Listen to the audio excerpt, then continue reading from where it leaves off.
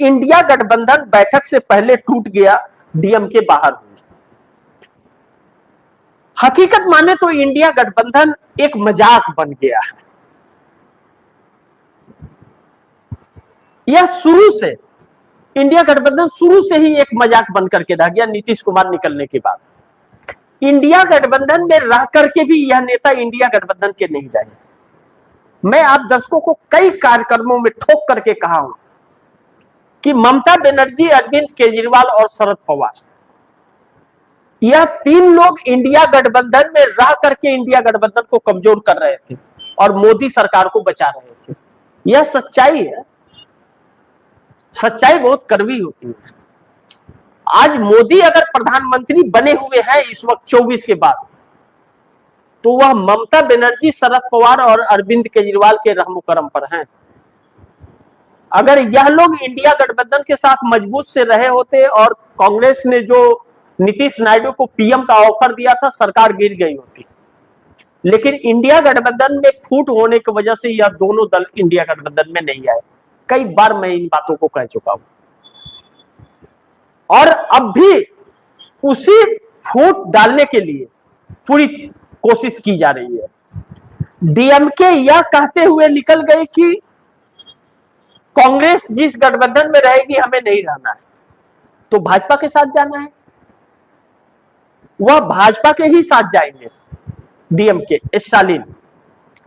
अब स्टालिन के लिए चिंता की बात यह है कि अगर भाजपा के साथ जाते हैं या भाजपा को सपोर्ट करते हैं, तो भाजपा जो डिलिमिटेशन बिल और वन नेशन वन इलेक्शन लेकर के आ रही है, तो उसका समर्थन उनको करना पड़ेगा।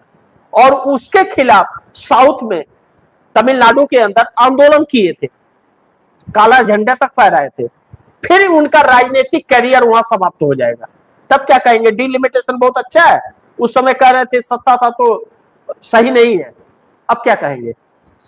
तो उनकी अग्नि परीक्षा। इसी के मद्देनजर अन्नामलाई का नई पार्टी बनाने का ऐलान भी देखा जा रहा है कि अन्नामलाई इसी का फायदा लेना चाहते हैं।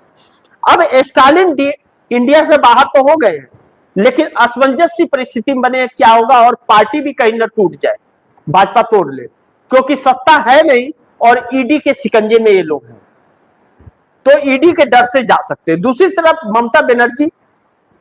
ममता बनर्जी जो इंडिया गठबंधन की बैठक बुला रही थी, उन्हीं के गुजारिश रिक्वेस्ट पर कांग्रेस ने बैठक बुलाई, नहीं तो कांग्रेस बुलाने वाली नहीं थी।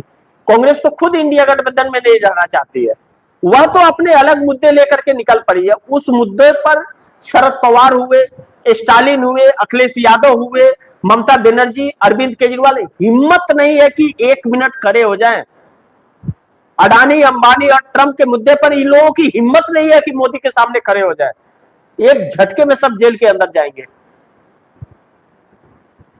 तो इस बैठक में अब ममता बनर्जी की बची हुई पार्टी जो है, वह क्या इन सभी मुद्दों पर साथ रहती है? जो चर्चाएं निकल रही है कि कांग्रेस पूरी तरह से इस बात से की तैयारी में कि अगर सभी मुद्दों पर साथ रही इंडिया गठबंधन के बाकी बचे हुए घटक दल, तो ठीक है, नहीं तो उसी बैठक में कांग्रेस ऐलान करेगी कि मैं इंडिया गठबंधन से बाहर हो रहा हूं। जो अलग है इंडिया गठबंधन से, सिर्फ आधिकारिक तौर पर ऐलान नहीं की थी, वह भी हो जाएगा। तो फिर ऐसे में मोदी के लिए संकट खड़ी हो जाएगी। फिर क्षेत्रीय दलों को नहीं, लोग कांग्रेस के साथ जाना पसंद करेंगे और इन लोगों के लिए संकट पैदा हो जाएगा। कहीं ऐसा ना हो कि रविवार को होने वाली इंडिया गठबंधन की बैठक आखिरी बैठक साबित हो। कांग्रेस अपने मुद्दों पर कंप्रोमाइज करने को बिल्कुल तैयार नहीं है और इन लोगों में सब ईडी, सीबीआई, इनकम टैक्स में सब फंसे हुए हैं, सबकी फाइल तैयार है और भारतीय जनता पार्टी इन्हें तोड़ रही है। इन्हें तोड़ना भाजपा को आसान है कि 22 है, 15 तोड़ दो, अब वैसे पार्टी ही छीन जाएगी। लेकिन कांग्रेस को नहीं तोड़ सकते, कांग्रेस के पास 100 है, तोड़ेंगे तो 60 है, कम से कम 60 से 70 एक साथ तोड़ने पड़ेंगे। हिम्मत नहीं है, नहीं तोड़ पाएंगे, इसलिए मोदी परेशान है। और बाकी सब अलग हो जाए, अलग अलग हो जाए, फूट पड़ जाए, ताकि इनकी सत्ता बरकरार रहे, विपक्ष के पास यूनिटी न रहे। अब इतना भी विपक्ष अगर नहीं समझता है तब तो भगवान ही मालिक है। इंडिया गठबंधन की बैठक में क्या फैसला होगा, निर्णय होगा, यह भी देखना महत्वपूर्ण होगा।